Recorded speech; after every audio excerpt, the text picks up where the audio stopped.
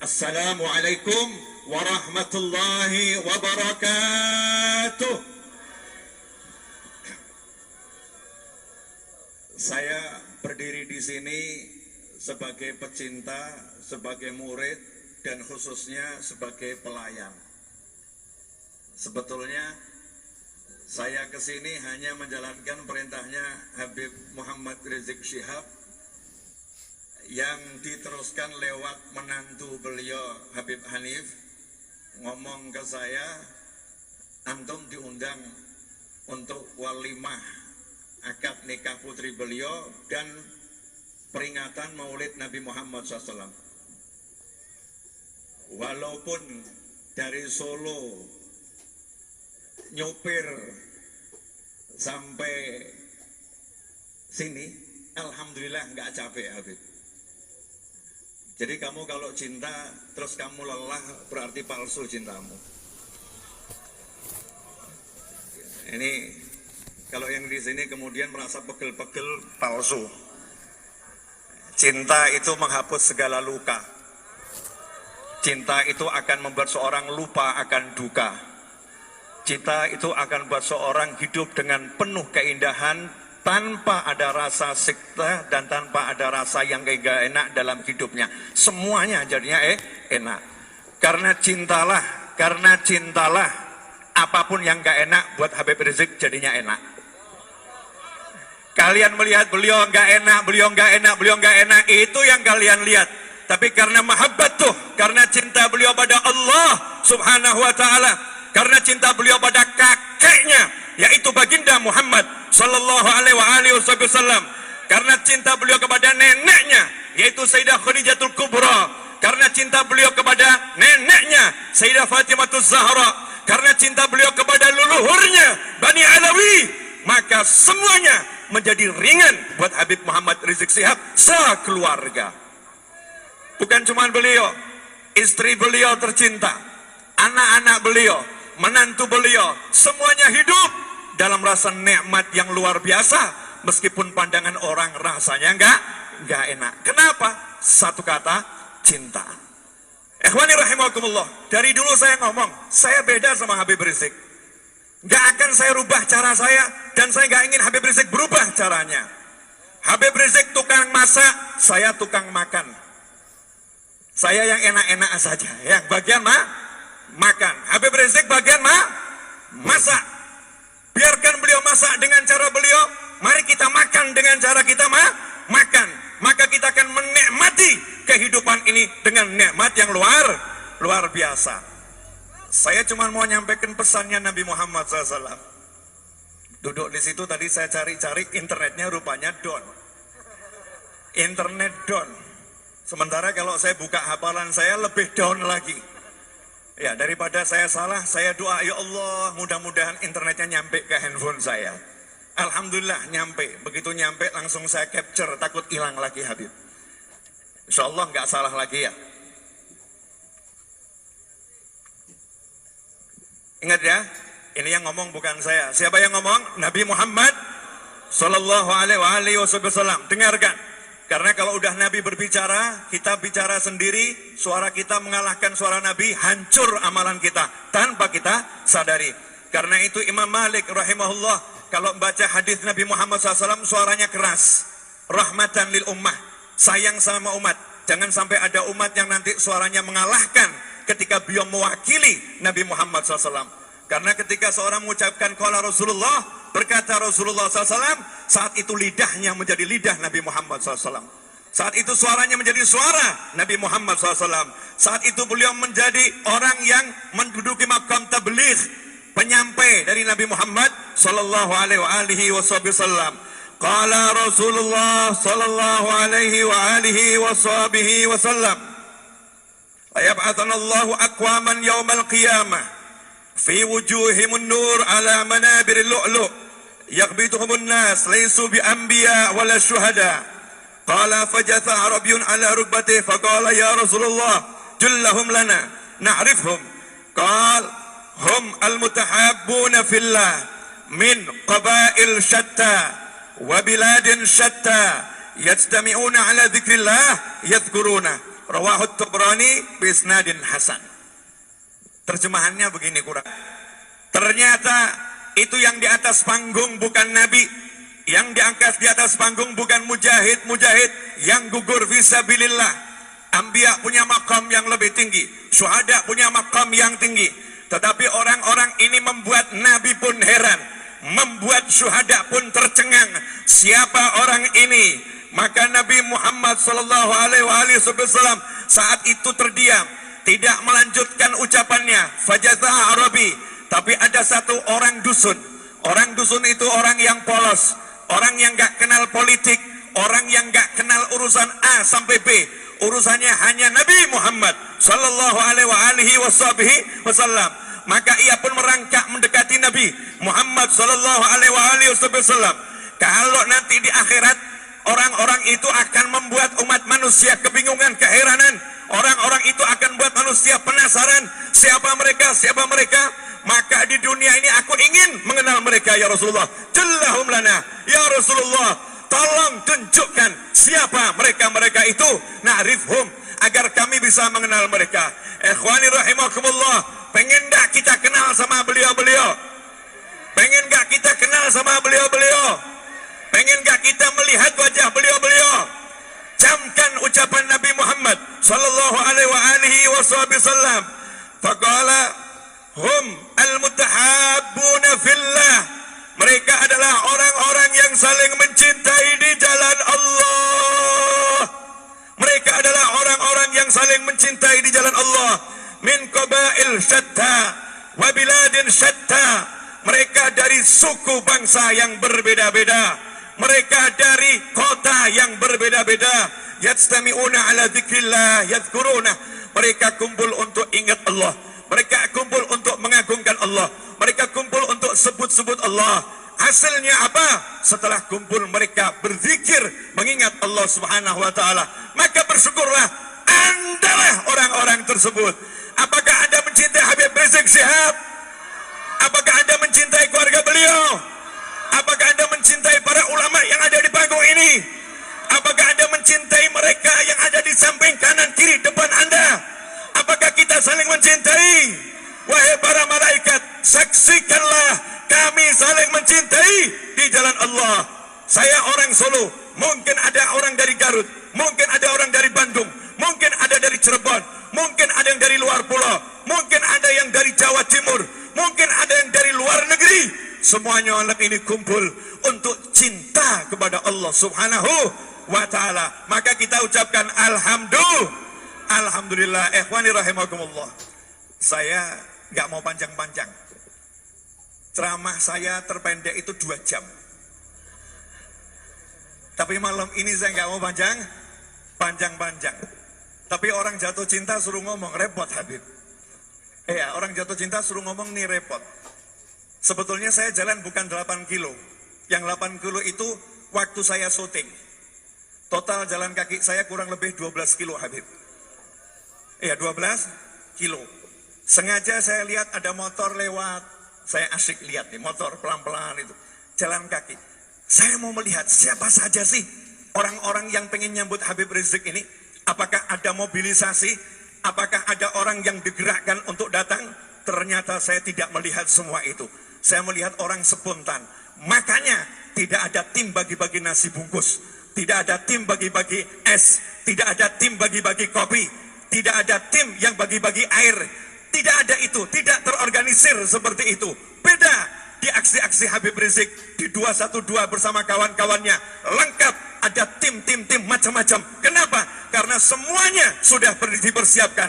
Tetapi hari itu tidak dipersiapkan. Tidak ada yang punya karya pengen bawa orang kepada, tidak ada.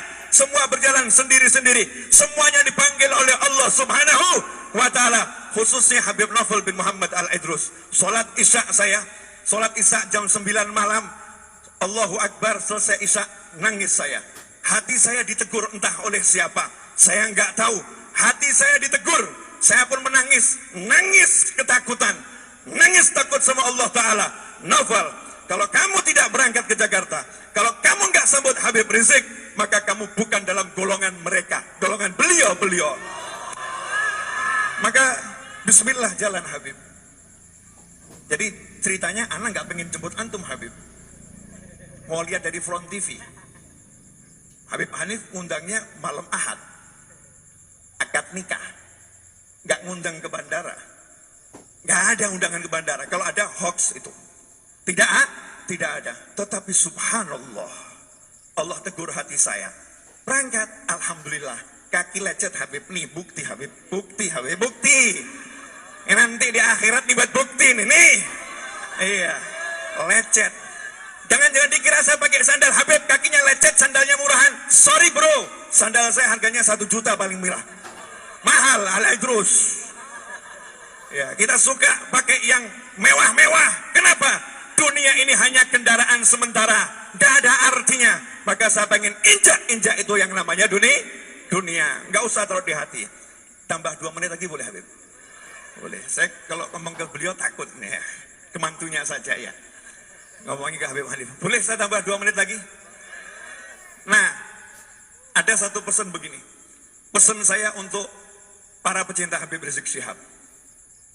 Kalau ada yang mencaci Habib Rizik, ada yang maki Habib Rizik, ada yang nyinyir Habib Rizik, diamkan saja.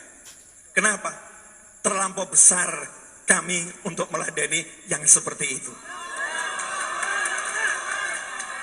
Siap saudara-saudara?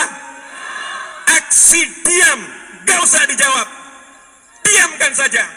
Kalau dulu saya sekolah, diajarin bahasa Indonesia, ada pepatah. Anjing menggonggong. Saya nggak ngomong loh ya. Coba diulangi. Iya. Jadi ya anjing itu kerjanya menggonggong. Lah kalau ada anjing menggonggong, kamu ikut gonggong. Berarti anjing ketemu anjing. Anjing ketemu anjing. Oh kita ini kafilah. Kelompok pangeran ini. Kelompok pangeran itu ada nyantai aja. Ya, gak usah gubris yang namanya anjing. Kita doakan. Dulu di Hadramut ada satu Habib. Di majelisnya dicaci-caci, dimaki-maki. Maka Habib itu pulang ke rumahnya. Sampai di rumah Habibnya nangis. Ditegur sama istrinya. Wahai suamiku, ada apa kamu nangis? Dijawab sama Habibnya, iya. Itu tadi ada yang maki-maki saya di majelis. Hina-hina saya di majelis. Istrinya marah. Kamu dicaci, dimaki, dihina. Kamu nangis. Seharusnya kamu gak nangis. Seharusnya kamu doakan orang itu. Dinasihatin sama istrinya. Jawaban Habibnya lebih membuat kaget lagi. Aku nangis bukan karena dicaci dan dimaki. Nah, kenapa? Kenapa aku terlambat memaafkan dia? Kok sampai rumah baru aku maafkan? Kenapa aku memaafkannya ketika sampai rumah? Kenapa saat dia mencaci maki aku tidak segera aku maafkan di hadapan Allah Subhanahu wa taala? Ikhwani rahimakumullah, beginilah kami dididik leluhur kami. Beginilah kami dididik oleh kakek kami. Beginilah kami dididik oleh baginda Muhammad sallallahu alaihi wasallam. Jadi anjuran saja, boleh ikut, boleh tidak. Setiap orang boleh jalan dengan caranya masing-masing. Cara Habib Novel, yang mau menggonggong silahkan menggonggong. Tapi kita akan tunjukkan karya. Siapa yang berjuang di Aceh? Saya mau curhat dikit boleh nggak? Saya kan dulu pengen ceramah di Aceh Habib. Tapi nggak pernah diundang. Akhirnya tibalah undangan. Dan salah satu undangan itu ada juga, setelah itu undangan lagi. Setelah itu undangan lagi. Nah, saya diajak keliling itu ke Aceh. Habib, ini monumen korban tsunami. Saya kaget karena di tengah kota ada kapal yang besarnya luar biasa.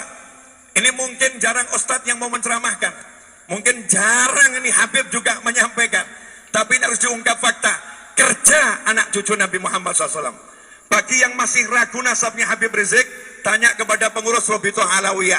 Jelas nasab beliau. Ya, tanya saja ke sana. Yang masih ragu. Kalau masih ragu, nanti di akhirat saya doakan ketemu kakeknya. Nanya langsung, bener beliau ini cucumu enggak gitu?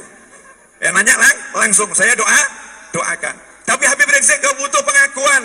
Cucu Nabi atau bukan cucu Nabi berjuang untuk kekasihnya baginda Muhammad sallallahu alaihi wasallam. Singkat cerita, ini orang Aceh bilang ke saya, Habib, itu Masya Allah waktu tsunami, alhamdulillah ada Habib Rizik Syihab. Beliau bawa itu murid-muridnya. Itu jenazah yang udah usianya 3 hari, udah seminggu. Di bawah kapal itu ada jenazah. Kapal bawahnya ada jenazah. Kami tidak berani masuk, takut kalau kapalnya itu bergerak kemudian kejatuhan. Tapi Habib Rizik merangkak di bawah kapal, mengambil jenazah itu, menjalankan tugasnya bagi seorang muslim. Bukan beliau yang cerita, saya nggak pernah dengar cerita dari beliau. Bahkan saya nggak pernah bicara, kecuali tahun 2007, saya pernah bicara tahun 2004, saya pernah bicara atau beliau atau tahun 97. Kalau nggak 97, 2004, ketika beliau berkunjung ke Solo, di rumahnya Habib Zakir bin Abdurrahman Assegaf, saya kasih hadiah beliau buku terjemahan saya, Manhaj Dakwah, yang di depannya ada gambar foto Habib Umar bin Muhammad bin Salim bin Hafidh dan Abu Ya Said Muhammad bin Awal Maliki. Saya jadikan foto cover apa yang dilakukan Habib Rizik. Maka beliau langsung pegang buku itu sambil menciumi cover tersebut. Syekhi, huma syekhi, kedua orang ini guru saya. Diciumin itu foto ulama oleh Habib Muhammad Rizik Syihab. Setelah itu saya nggak pernah ngomong lagi sama beliau. Sampai kemarin saya berangkat umroh. Saya berkali-kali umroh, nggak sampai 5 kali ya, nggak sampai 5 kali umroh. Haji 2 kali, diajak orang-orang, ayo ketemu Habib Rizik. Saya bilang, nggak mau. Kesian, dari jauh saja, dari jauh saja. Tapi kemarin ini, Maret, saya umroh, saya pengen ketemu Habib Rizik Syihab. Qadarullah ketemu. Disitulah saya ngomong sama Habib Rizik Syihab setelah sekian lama. Dan tidak ada cerita tsunami. Beliau nggak pernah bangga-banggakan dirinya. Saya begini, saya begini, saya begini, saya begini, saya begini, saya begini, saya begini, saya begini. Nggak ada semua itu. Nggak pernah disampaikan kepada saya. Tapi masyarakat Aceh yang bercerita dan bangsa ini berhutang kepada beliau atas perjuangannya yang luar biasa. Oh, ini Aceh. Ya. Akhiron, saya dengar Habib, saya mau konfirmasi langsung.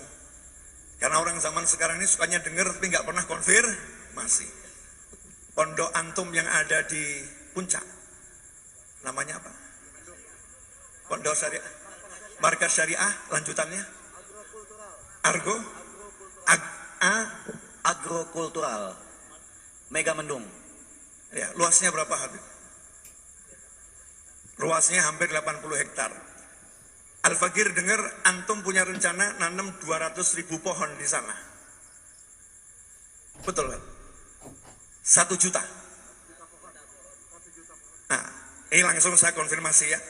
Habib Rizik Syihab di pondoknya yang kurang lebih 80.000 hektar itu mau nanam 1 juta pohon. Sudah tertanam 200.000. Ya. Kenapa? Nih ya, cucu Nabi dengerin nih. Otaknya dari Nabi Muhammad SAW. Di tubuhnya mengalir darah baginda Muhammad SAW. Wa'lamu anna fikum Rasulullah. Buka Al-Quran. Kalian umat Islam. Setiap Nabi Allah beri wasiat. Katakan kepada kaummu. Tidak minta upah apa-apa. Katakan kepada kaummu. Kami tidak minta upah apapun kepada kalian. Khusus kepada Nabi Muhammad SAW. Beda perintahnya. Illal mawaddata fil qurba. Semua Nabi Allah perintah, jangan minta upah dari kaummu, jangan minta upah dari kaummu, jangan minta upah dari kaummu. Tetapi untuk baginda Muhammad SAW ada tambahan ayatnya. Illal mawaddata fil qurba. Katakan pada kaummu, karena Nabi nggak mau nyampein, Allah yang perintah. Aku tidak minta kepada kalian semua upah atas perjuanganku, lelah-lelahku. Illa, kata Allah, kecuali al-mawaddata fil qurba. Rasa cinta yang mendalam kepada orang-orang yang punya hubungan kekerabatan denganku, dengan Nabi Muhammad SAW.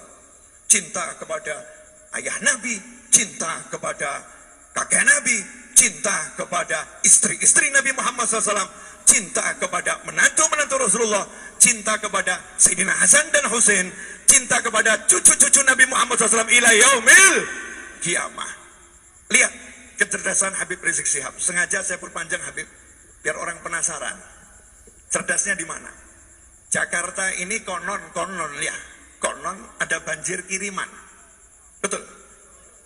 Katanya, saya nggak tahu, takut kalau saya ngomong orang Bogor tersinggung nanti.